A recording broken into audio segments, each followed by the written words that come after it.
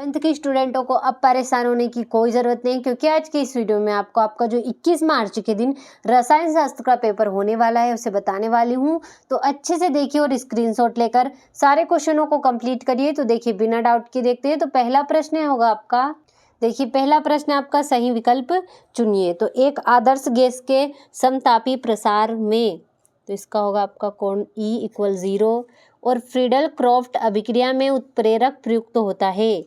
तो निर्जल AlCl3 का और 10 मोल जल होता है, तो 180 ग्राम। और अत्यधिक विद्युत ऋणी तत्व के आखिरी कक्ष की इलेक्ट्रॉनिक संरचना है, तो NH2NP5 होगी। और NTP पर 0.1 मोल गैस का आयतन होगा, तो इसका होगा आपका 22.4। और आधुनिक आवर्ती सारणी में कितने वर्ग हैं, तो 18 वर्ग है। तो देखिए इस तरीके से आपका पहला प्रश्न कंप्लीट हुआ आंसर सहित। ये रहा आपका इंग्लिश मीडियम वालों के लिए। तो अच्छे से स्क्रीनशॉट लेकर कंप्लीट करिए इन्हें। देखिए इस तरीके से सारे प्रश्न दे रखे। दूसरा प्रश्न है आपका, रिक्त स्थानों की पूर्ति कीजिए। तो देखिए पहला होगा, तत्वों के रासायनिक गुण उनके परमाणु की संख्या पर निर्भर करते हैं। और डी ब्लॉक के तत्व संक्रमण कहलाते हैं। और दहन ऊष्मा का मान सदैव ऋणात्मक होता है। और प्रक्रम जो तापरोधी होता है रंध्रोष्म कहलाता है। और यौगिक के तत्वों का सरलतम अनुपात मूलानुपाती सूत्र कहलाता है। और पेपर क्रोमेटोग्राफी पितरज नियम पर आधारित है। तो देखिए इस तरीके से आपका दूसरा प्रश्न भी कंप्लीट हुआ। ये रहा आपका इंग्लिश मीडियम वालों के लिए। तो अच्छे से स्क्रीनशॉट लेकर इसे भी आप कंप्लीट करिएगा। आगे होगा आपका, ये होगा आपका तीसरा प्रश्न, जो कि है सही जोड़ी बनाइए। तो देखिए पहली होगी आपकी BeCl2, तो इसका होगा आपका रेखिक। अगली होगी आपकी NH3 की रचना, तो NH3 की रचना है आपकी त्रिकोणीय। आगे है बंध क्रम, तो बंध क्रम का होगा आपका 1/2 Nb - Na। और भार, तो भार का होगा आपका न्यूटन।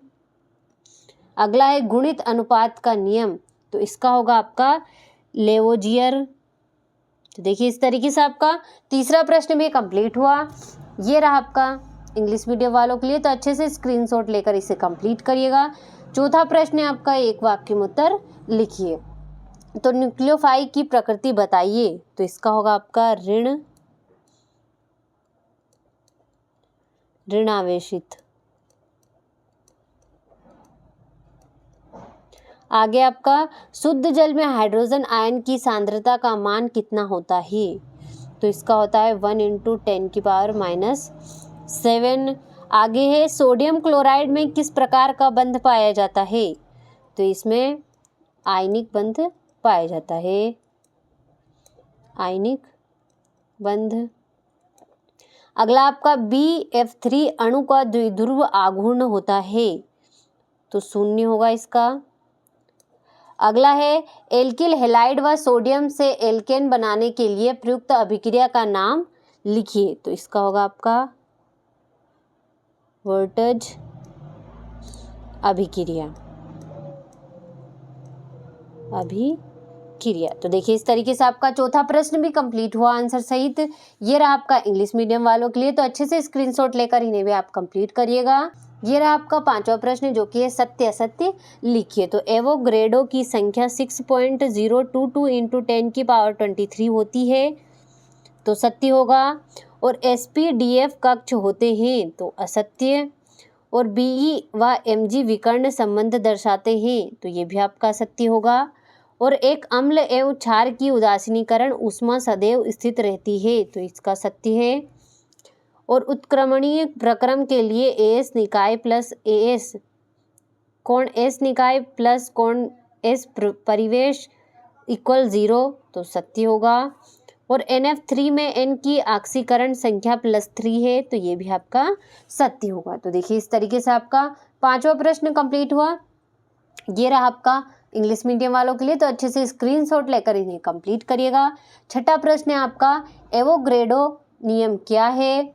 गे-लुसेक का गैस आयतन संबंधित नियम लिखिए। इस तरीके से इन प्रश्नों का स्क्रीनशॉट ले और कंप्लीट करें। ये हो गया आपका 9वां प्रश्न। 10वां हो गया, हाइड्रोजन बंध से आप क्या समझते हैं? हेनरी का नियम समझाइए।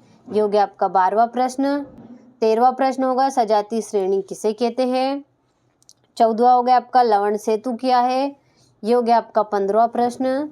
16वां हो गया, ये हो गया आपका 17वां, बेंजीन से प्राप्त कीजिए। 18वां हो गया। इस तरीके से इन प्रश्नों का आप अच्छे से स्क्रीनशॉट लें और इन्हें अच्छे से आंसर सहित कंप्लीट करिए। अगर इन प्रश्नों का आंसर आपको ना भी मिले तो अगली वीडियो में मैं आपको फुल सॉल्यूशन के साथ बताने वाली हूँ, तो इसे अच्छे से देखिएगा और कंप्लीट करिएगा।